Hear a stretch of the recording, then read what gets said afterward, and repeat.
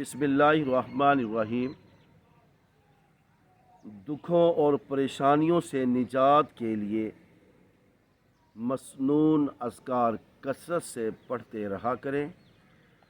آپ کو کسی تویز فروش اور عامل کے پاس جانے کی ضرورت نہیں ہے۔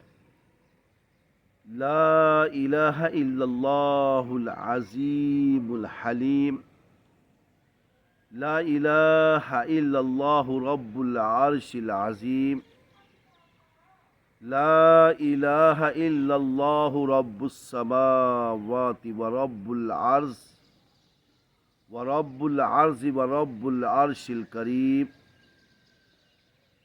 حلم والے اور عظمت والے اللہ کے سوا کوئی الہ نہیں ہے۔ اللہ کے سوا کوئی الہ نہیں، وہ بڑے عرش کا رب ہے۔ اللہ کے سوا کوئی الہ نہیں، وہ آسمان و زمین کا رب ہے اور بزرگی والے عرش کا رب ہے۔